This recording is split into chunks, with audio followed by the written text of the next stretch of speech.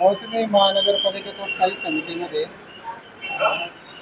गाडी आपलं पुणे भूखंड त्याच्यावर शाळेचा काहीतरी करार केलेला आहे ते संपलेलं असेल. मी जळगाव शहरामध्ये जे भूखंड वाटलेले आहेत त्या खुल्या भूखंडासंदर्भात प्रश्न उपस्थित केला होता. त्यावेळेस माझ्या माहितीप्रमाणे 385 भूखंड मी म्हटले होते. मात्र ते भूखंड हे जवळजवळ 1200 भूखंड आहेत. भूखंड बाबतीमध्ये म्हणजे थोडीशी शहानिशा केली असता ज्या समाजाला किंवा त्या मंडळाला भूखंड नावाने त्या मंडळाला किंवा त्या समाजाला सुद्धा माहिती नसेल हा माझा संशय आहे. आता भूखंड देत असताना माळी, साळी, कोळी, धनगर, वंजारी सर्व समाजाला हे भूखंड दिले गेलं पाहिजे.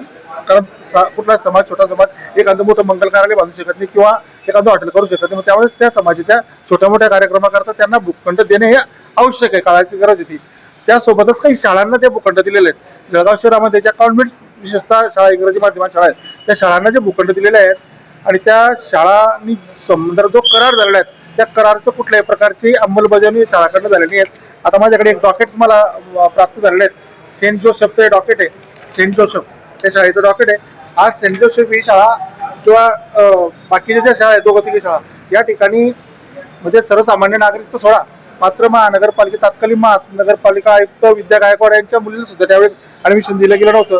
त्यामध्ये या स्पष्ट या ठिकाणी करारामध्ये जे करार झालेला आहे, या करार तुम्हाला दाखवतो. या करारामध्ये स्पष्टपणे असा उल्लेख आहे की जळगाव महानगरपालिकेच्या कर्मचाऱ्यांना 5% आरक्षण म्हणजे ऍडमिशन करता दिलं गेलं पाहिजे. मात्र या ठिकाणी कुठल्याही प्रकारचा त्यांनी म्हणजे आरक्षण दिलं नाही.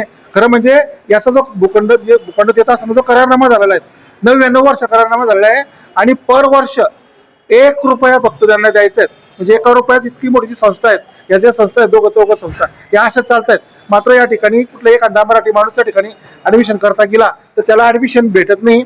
अधिकाऱ्यांच्या मुलाला सुद्धा ऍडमिशन भेटत नाही. तर त्या ठिकाणी सर्वसामान्य जनतेचे काय हाल असेल ही परिस्थिती आहे. आणि म्हणून या ठिकाणी महापालिकेमध्ये या स्थायी समितीमध्ये या प्रचंड मोठ्या प्रमाणात आर्थिक फायदा ते करून घेत असताना त्यापोटी जो कमर्शियलचा वापर होतोय, कमर्शियल यूज होतोय, याच्या माध्यमातून आर्थिक जो कमर्शियल जो फरक आहे तो महापालिकेलाही भेटला पाहिजे.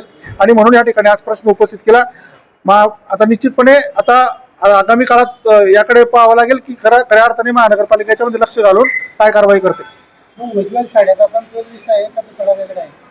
नाही, मी उदाहरणार्थ दिलं की तुम्ही या ठिकाणी या सर्व शाळा ज्या आहेत त्या सर्व शाळांना तुम्ही करारनामे करून दिलेले आहेत. मात्र करार काहींचे संपलेले आहेत किंवा करारनामा करून दिला आहे त्या करारनाम्याची अंमलबजावणी होते का या सर्व शाळांमधले. त्या ठिकाणी मी काही शाळांचं कौतुक पण केलं.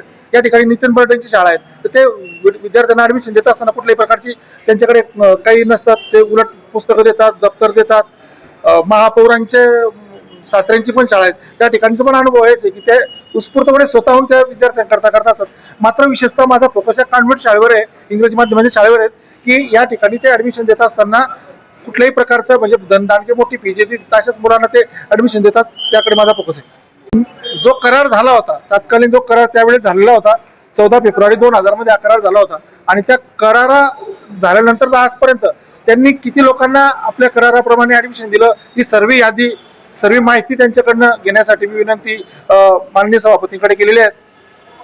आणि माझी आणखी एक मागणी आहे की जे आपण भूखंड दिलेले आहेत त्या भूखंडाची ज्या व्यक्तींना भूखंड दिलाय, ज्या संस्थेला भूखंड दिलाय, ज्या मंडळाला भूखंड दिलाय त्यांना तरी माहिती आहे का की तुम्हाला भूखंड दिलाय, कुठेतरी कागदावर भूखंडाची यादी तयार करून घेतली आणि काहीतरी दुसऱ्याच कामाकरता त्याचे उपयोग होतात ही माझी मेन मागणी.